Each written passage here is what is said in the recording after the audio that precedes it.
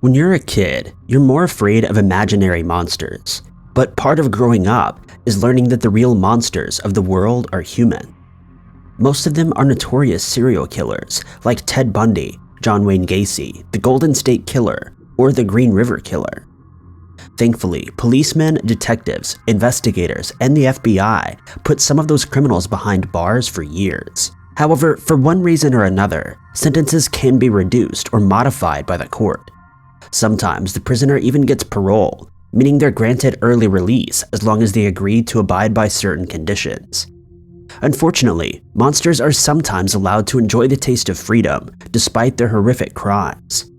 Here is a list of 5 serial killers that have been released early. Before we get started, make sure you hit that like button and ring the notification bell to stay up to date with us. Number 5. A man dubbed Jack the Ripper of Thailand was convicted for carrying out 5 crimes in 2005. All of those victims were women who worked as singers in nightclubs or as masseuses in hotels. He lured them before taking their life and stealing their valuables. The man was originally given capital punishment for his acts, but this was later reduced to life in prison. His life sentence started in 2005, but he ended up serving only 14 years and was eligible for royal clemency in May of 2019 because he demonstrated good behavior in prison. Although the pardons are signed by His Majesty the King, his gesture is largely symbolic under the constitutional monarchy. The decision on which inmate is granted early release rests on prison officials. The Ripper's early release also stirred controversy on the effectiveness of rehabilitation in the correctional system. The police chief admitted that the prisons are currently overcrowded, which adds pressure on wardens to release existing inmates eligible for pardons. But 7 months after his release, cops were hunting him again for harming another woman before fleeing the city. They found his fingerprints and documents at the scene. Thai police launched a manhunt and distributed his photo under the heading Most Wanted and offered about $50,000 in the local currency as a reward for information that led to his capture. Then, a witness claimed to have seen a man fitting the Ripper's description disguised as a monk. Authorities had surmised that the suspect might have planned to flee to a nearby country. This meant the immigration and security officials at the border were on high alert. They put posters with the suspect's pictures on bulletin boards around the border areas. All vehicles passing through had been searched for signs of the alleged criminal at all border checkpoints. Undercover detectives have been deployed to search areas within the vicinity as well. On December 16, 2019, he was spotted on a train by a young couple who sat across from him. They thought that he looked suspicious because he was dozing off in a corner, hiding under a hat and wearing a medical mask over his mouth. The woman noticed the passenger had a scar over his left eyebrow, jutting up into his forehead. Then she immediately recognized him, as his face had been plastered all over the television and posters. They left to sit elsewhere because the woman felt uneasy. Then her boyfriend went back to the seat to take a photo of the man. He was arrested hours after the couple confirmed that it was indeed the suspect. Number 4. Known as the Lethal Lovers and Alpine Manor serial killers, Catherine Wood made national headlines in the 1980s when she and her partner Gwendolyn Graham took the lives of 5 women aged between 60 and 98 who had dementia and Alzheimer's disease and were residing at Alpine Manor Nursing Home in Michigan. The crime duo spawned TV shows, documentaries, and a true crime book. They even inspired an episode of American Horror Story. Graham claimed the crimes had started as sort of a macabre game invented by Wood to choose victims by their initials to spell out the word murder. Authorities believe the pair could have taken the lives of 12 people. On November 3, 1989, the crime duo was arrested and found guilty. She was sentenced to a total of 40 years and became eligible for parole in 2005. A parole board had refused to release Wood 8 times before, saying she was a potential danger and lacked remorse for her crimes. Despite the severity and scale of these crimes, officials in Michigan granted Wood parole in September of 2018. In October of 2019, she was finally granted release on the condition that she stay away from the elderly, children, and vulnerable adults. Wood was released from prison in January of 2020 and moved to Southern California, where she lived with her sister, which is worrying the families of her victims and members of law enforcement who helped catch her. Number 3. Arnfinn Næsset was a Norwegian former nurse who became one of the most notorious serial killers in Scandinavian history. In 1977, he became the director of the Oakdale Valley Nursing Home. In 1981, when he took his post, an unusual number of patients started to lose their lives, and a series of suspicious deaths were uncovered. But considering their ages, this was not especially unusual. No one suspected anything until 1981, when a local journalist received a tip that Næsset had ordered large quantities of a poison used by South American Indians on the tips of their hunting arrows. Police brought him in for questioning, and first he claimed that he bought the drug to hunt a pack of wild dogs around the nursing home.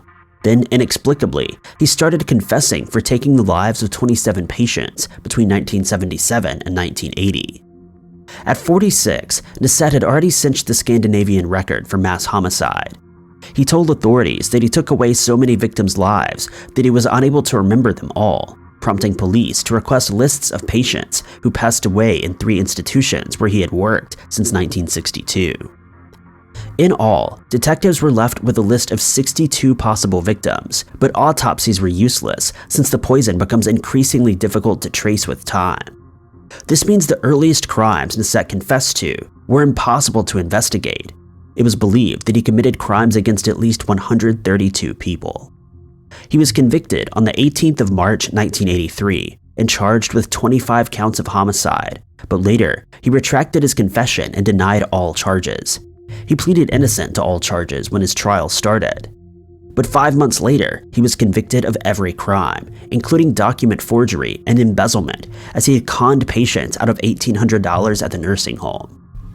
The chief prosecutor at his trial described him as an ambitious man who wanted complete control over the life and death of his victims. He was sentenced to 21 years in prison, the maximum term available under Norwegian law at the time, to be followed by 10 years of preventative detention. However, he was released after serving 12 years of this sentence for good behavior. He's now reported to be living in an undisclosed location under an assumed name. Number 2. Pedro Rodrigues Filho is an anomaly in the criminal world. Brazilians know him as Peter the Killer. He was responsible for at least 70 crimes. However, the row of victims that Pedro executed was dominated by criminals such as drug kingpins, con artists, and attackers. He also executed his father for taking his mother's life. Pedro was arrested for the first time on May 24, 1973, and it said in police records that he was once put on a muffler to be transported together with another prisoner and was handcuffed. When they went to open the back of the car, he'd already ended the other prisoner's life, and he took responsibility for the crime. According to fellow prisoners, Pedro is a phenomenon of survival in the harsh prison regime, as a prisoner could hardly survive that long. Inside the jail, he took the lives of at least 47 inmates and wounded dozens of others, all in the name of survival. Though Rodrigues was initially sentenced to 128 years in prison, the crimes he committed while he was in jail upped his sentence to 400 years. But according to Brazilian law, a person should be released after serving just 30 years. Then he served an additional 4 for the acts he carried out in prison. So after staying in prison for 34 years, he was released on April 24, 2007. Number 1.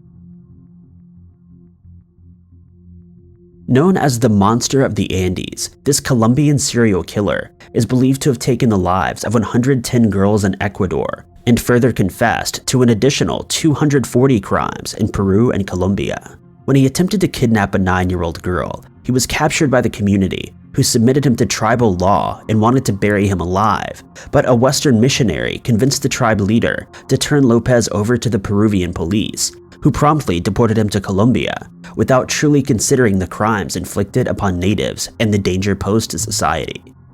Sadly, Lopez continued the crime spree, and by the late 70s had made his way to Ecuador, where scores of girls began to go missing as well. That made some families try to find the girls on their own, with one mother putting ads in newspapers about her missing daughter. In 1980, he was caught attempting to lure a vendor's daughter from a busy market in Ecuador, but when Lopez was in police custody, he initially refused to cooperate with authorities until an investigator went undercover as a fellow inmate. Gaining Lopez's trust, he was able to get a confession from Lopez as well as details about the sites where the victims were buried. On July 31st, 1981, 33-year-old Lopez pleaded guilty to the crimes and was imprisoned, where he was officially diagnosed as a sociopath. But because of Ecuador's laws, Lopez only received a maximum sentence of 16 years, much to the public's enormous outrage. On August 31st, 1994, Lopez was released from Garcia Moreno prison after serving 14 years. In an interview from his prison cell, Lopez described himself as the man of the century and said that he was being released 2 years early for good behavior. Then he was deported to Colombia, where authorities attempted to convict him of a 2-decades-old murder case. Instead, in 1995, Lopez was declared insane and institutionalized in a psychiatric facility. By 98, he was freed by the government of Ecuador, declared sane, and released on $50 bail, subject to certain conditions. But since that time, no one has seen him again. Released an advisory for his rearrest because a body was discovered and it matched Lopez's modus operandi perfectly, though he's still never been found. Thank you guys so much for watching. If you liked this video, be sure to click that like button. Also, don't forget to subscribe and click that notification bell to keep up to date with all of our future uploads. But I've been Ty Knots, and I'll catch you guys in the next video.